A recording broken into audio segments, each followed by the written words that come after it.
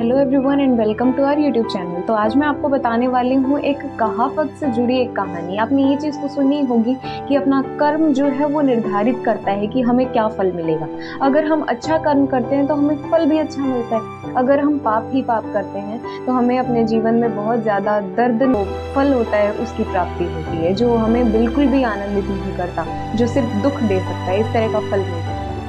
तो देखिए, इससे जुड़ी एक कहानी मैं आपको बताने वाली हूँ। पूरी वीडियो ध्यान से देखना और बहुत ज़्यादा इंटरेस्टिंग भी होने वाली है ये वीडियो, इसलिए स्किप भी मत करना बीच में। तो देखिए, कहानी शुरू होती है एक व्यापारी से जो बहुत ज़्यादा मेहनती था और नगर के टॉप 10 लिस्ट जो होती है ना, सबसे ऊपरी और सबसे ज़्यादा धनवान लोगों में उनका नाम आता था उस व्यक्ति का।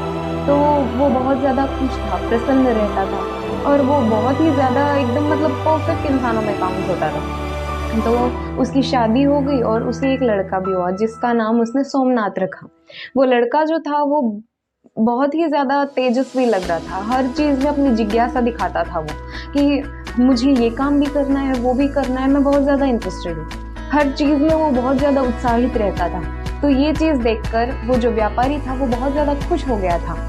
इस चीज़ को देखकर वो इतना प्रसन्न हुआ कि उसने ये सोचा कि मेरा बेटा जब बड़ा होगा तो मेरे व्यवसाय में, मेरे कारोबार में मेरी सहायता करेगा और पीढ़ी दर पीढ़ी ये चीज़ें चलती जाएगी और हमारा नाम जो है वो भी हमेशा ऊपर ही रहेगा। ये चीज़ देखकर वो बहुत खुश रहता था। अपने लड़के को पढ़ाया लिखाया, अच्छी शिक्षा प्राप्त करवाई उसने और सब चीज़ें सिखा के वो लड़का बड़ा हो गया और अपने पिता का काम में सहायता भी करने लग गया। तो जब अपनी पिता की सहायता करता था तब वो उसका पिता जो था वो बहुत ज़्यादा प्रसन्न था इस चीज़ से। पर कुछ ही समय में क्या हुआ और उन्हें एक अच्छी सी लड़की भी देखी, एक युवती को देखकर उसने अपने बेटे की शादी भी करवा दी। बहुत ज़्यादा सुंदर थी और एकदम सर्वगुण संपन्न थी वो लड़की और शादी करवा दी सोमनाथ की। और कुछ समय ऐसा बीतते गया और वो जो व्यापारी था वो बूढ़ा होता गया।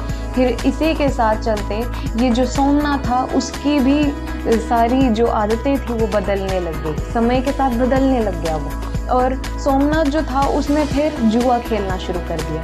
इस तरह की गंदी लत लग गई थी उसे भी। उसने ये सोचा कि एक दिन में पैसा लगा के सबसे ज़्यादा पैसे प्राप्त कर लूँगा, मैं जुआ जीत जाऊँगा तो मुझे बहुत सारे पैसे प्राप्त होंगे। इस चीज़ के लालच ने सोमनाथ की आदतें बिगाड़ दी और वो जो है जुआ खेलने लग गया। वो अपने पिता की काम में तो छोड़ो, पिता के कमाए हुए पैसों पे खेलने लग गया। उन सारे पैसों को लेकर वो लगा देता था दाव पे। सारे पैसे खत्म होने लग गए धीरे धीरे। उनके पास कोई कुबेर जी का खजाना तो था नहीं कि कभी खत्म ही नहीं होगा। पैसे लगाता गया, सब पैसे खत्म होने लग गए। उसका पिता बहुत ज़्यादा चिंतित रहने लगा कि बेटा, एक समय ऐसा आएगा कि तुम्हारे पास खाने के लिए भी पैसे नहीं होंगे, तुम ऐसे कैसे पैसों को बर्बाद कर सकते हो करके उसने अपने बेटे को समझाया। पर लड़के के तो बुद्धि फिर चुकी थी, उसने इन चीज़ों पर गौर ही नहीं किया। एक से सुना दूसरे से निकाला। उसके मन में तो एक चीज़ का ही लालच था कि मैं एक बार पैसे लगाऊंगा और इतनी ज़्यादा बड़ी सारी धनराशि मेरे को प्राप्त हो जाएगी। ये चीज़ का लालच उसके सर पे छाया हुआ था। तो ऐसे ही समय बीतता गया। उसका पिता जो है उसका देहांत हो गया चिंता के मारी। और फिर ऐसा समय आ गया था कि उनके पहनने के लिए भी कपड़े नहीं थे। इतने फटे पुराने कपड़े पहनने पड़ते थे, 2 समय खाने के लिए भी पैसे नहीं थे। ये चीज़ देखकर उसकी मम्मी बहुत ज़्यादा परेशान हो गई। उसकी माँ ने उसे समझाया, बेटा ऐसे ही करता रहा तो जीना भी मुश्किल है, बिना खाने के हम जिएंगे कैसे। ये चीज़ भी सुनकर वो बस इग्नोर ही करता रहा, सारी बातों को अनसुना करते, एक से सुना दूसरे से निकाला। बस अपनी माँ की भी बात नहीं सुनी। माँ भी इस चिंता में परेशान, ये सारी बात सोच कर बहुत ज़्यादा परेशान रहने लग गई, इतनी चिंतित रहने लग गई कि उसका भी हार्ट अटैक के द्वारा फिर उसका भी जो है मृत्यु हो गई उसकी भी। तो फिर सोमनाथ जो था उसे किसी चीज़ का फ़र्क ही नहीं पड़ता था। उसके लिए तो अच्छा ही था कि मेरे पिता है, मुझे रोक टोक करते थे, मैं जुआ खेलता था तो रोक टोक करते थे और उनकी मृत्यु हो गई तो अच्छा ही है, मेरे को रोकने टोकने वाला तो कोई है नहीं। अब माँ की मृत्यु हो गई तो ठीक है, समय के साथ सबकी होती है मृत्यु तो, करके वो हर चीज़ को नॉर्मल लेने लग गया। पर उसने अपनी आदत नहीं छोड़ी। हाँ, मैं लगाऊंगा, पैसे तो लगाऊंगा, मेरा गेम है, मैं कंटिन्यू रखूँगा करके बस उसने अपना गेम कंटिन्यू रखा। और एक दिन क्या हुआ, जिस लड़की के साथ उसकी शादी हुई थी उस लड़की का पिता घर पे आया माने सोमनाथ का ससुर उनके घर पे आया, तब उसने देखा कि ये क्या, मेरी बेटी फटे पुराने कपड़ों में, ऐसा कैसे संभव है। ये चीज़ देखने के बाद वो बहुत ज़्यादा आश्चर्यचकित रह गया। फिर उस लड़की ने सारी बात बताई कि पापा ये जो है अपने काम, अपनी आदतें बिगाड़ चुका है, जुआ खेलता है दिन रात, क्या करूँ मैं इसका, करके उसने अपने पिता को सारी बात कही। तब उसके पिता ने कुछ भी नहीं सुना, किसी की भी बात नहीं सुनी और उस युवती को अपने साथ लेके चले गए अपने घर पे। तो वो जो लड़का था सोमनाथ, वो बहुत ज़्यादा परेशान हो गया। ये क्या, मेरे माता पिता कोई साथ नहीं, अब मेरी पत्नी भी मुझे छोड़ के चली गई, अब मैं रहूँगा कैसे, करके वो बहुत ज़्यादा परेशान रहने लग गया। फिर उसने सोचा कि मैं अपने ससुराल जाऊंगा और मेरी पत्नी को वापस लेके आऊंगा। वो फटे पुराने कपड़े पहने थे उसने, और नगर, जिस गांव में वो रहता था उससे कई ज़्यादा दूर था वो दूसरा नगर जहाँ पे वो युवती रहती थी। फिर वो जब जा रहा था तो उसने एक बड़ी सी कपड़े की दुकान देखी। फिर उसने सोचा कि अब ससुराल ही जा रहा हूँ तो फटे पुराने कपड़े क्या पहन के जाऊँगा, इस दुकान से अच्छे से एक जोड़ी कपड़े उससे कुत्ते ले लेता हूँ, करके थोड़ा कुछ हुआ तो कम ज़्यादा करके मैं ले लूँगा। पर वो रात हो गई थी दुकान के पास पहुँचा जब तक। फिर उसने सोचा कि अब मैं वापस अपने नगर तो कहाँ जाऊँगा, और वहाँ ससुराल में भी फटे पुराने कपड़े नहीं पहन सकता, जो बची कुची इज्जत है वो भी चली जाएगी, इसलिए मैं थोड़े ढंग के कपड़े देख लूँगा और फिर ये सुबह यहाँ रात भर यहीं रुकता हूँ, जब दुकान खुलेगी तो यहाँ से कपड़े ले लूँगा, करके वहीं पे वो इंतज़ार करने लग गया। सुबह हुई, दुकान खुली, तो दुकान खुलने के बाद वो दुकान में गया सामान चीज़ खरीदने के लिए, पर उसने दुकान की खिड़की से देखा कि पीछे एक व्यक्ति ऐसे पैर दबोच के जा रहा था। तो उसने ये चीज़ देखा और उसे थोड़ी अजीब लगी।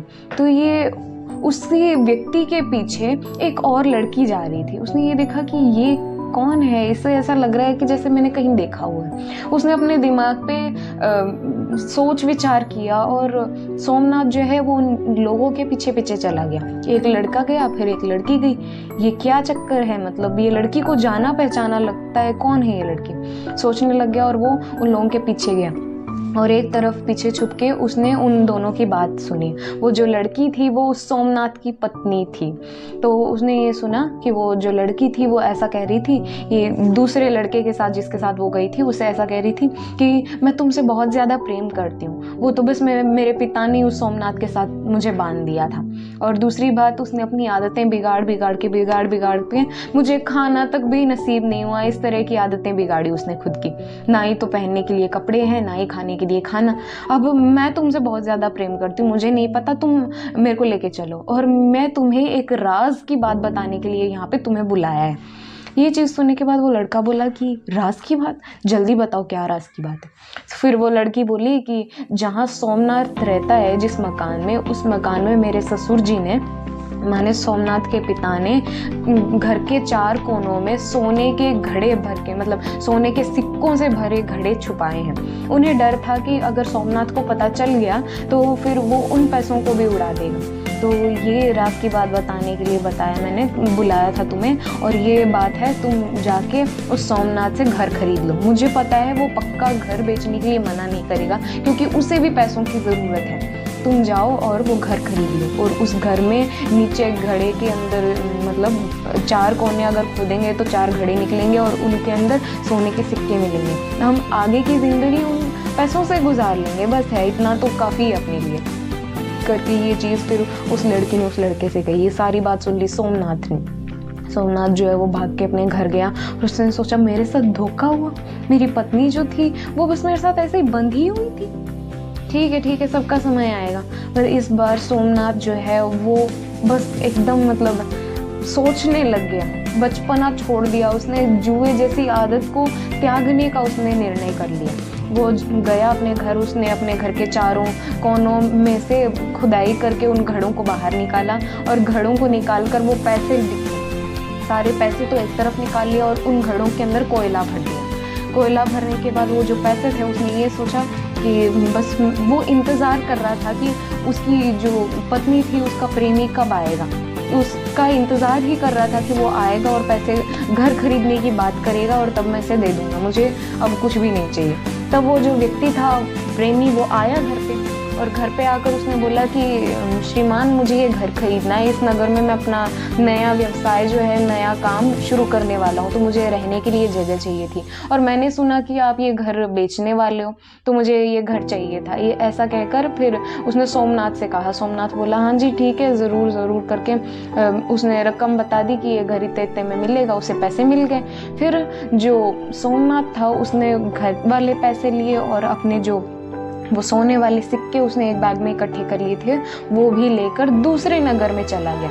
वहाँ पे जाकर उसने खूब मेहनत की, बहुत मेहनत की और फिर अपना नाम कमाया। मेहनत करने के बाद उसने पैसे भी कमाए, इज्जत भी कमाई और वहाँ जाकर उसने उस समय जो बुरा समय था उसको छोड़कर उसने जब नए नगर में कदम रखा, जब अपना कारोबार शुरू करने की ठानी, उस समय उसने उस जुए वाली गंदी लत को त्याग दिया था। उसके मन में 1% भी नहीं थी ये चीज़ कि जुआ फिर कभी ज़िंदगी में खेलना भी है। उसने मेहनत की, बहुत पैसे कमाए और उसने फिर क्या किया, वो जब मेहनत कर रहा था, इतनी इज्जत कमा ली थी, तो उसी नगर में रहने वाला एक दूसरा व्यापारी वो बहुत ज़्यादा खुश था कि ये व्यक्ति मतलब इसने इतनी मेहनत की और इतने कम समय में इसने अपना इतना अच्छा कारोबार चला लिया। तो उस व्यक्ति के एक लड़की थी, बहुत सुंदर थी वो लड़की भी।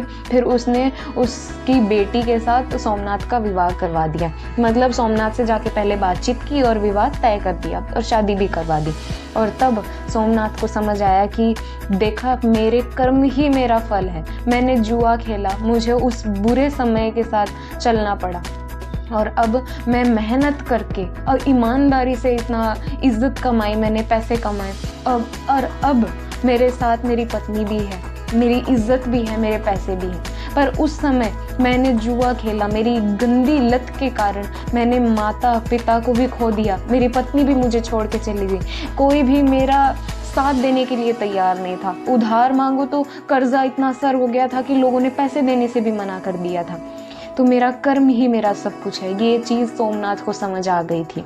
और दूसरी तरफ वो जो लड़की जिसके साथ शादी हुई थी पहले सोमनाथ की, वो लड़की से उसका प्रेमी गुस्सा हो गया था। उसने खुदाई की तो उसे कोयला मिला और ये चीज़ देखकर वो बहुत ज़्यादा गुस्से में आकर उस लड़की से बोला कि मेरे थोड़ी बहुत कुछ कमाए पैसे थे वो भी तुमने उस मकान खरीदने में लगवा दिए, अब मैं इस कोयले का करूँगा क्या, अगली बार मुझे अपनी शक्ल मत दिखा देना करके उस लड़की को गुस्सा करके भगा दिया वहाँ से। तो अब सोमनाथ जो है वो अपने परिवार के साथ बहुत ज़्यादा खुश था। तो आपको समझ आई कि कैसी थी कहानी। अपना कर्म ही अपने जीवन का निर्धारण करता है कि हमें अच्छा फल मिलेगा या बुरा फल मिलेगा या क्या। तो ये सारी चीज़ जो है वो अपने हाथ में है, अपने कर्म में है। तो समझ आई, वीडियो कैसी लगी मुझे कमेंट सेक्शन में बताना ज़रूर। अपने फ्रेंड्स के साथ वीडियो ज़्यादा से ज़्यादा शेयर करना और कमेंट भी करना, लाइक भी करना, चैनल से सब्सक्राइब भी करना। Bye and have a great day.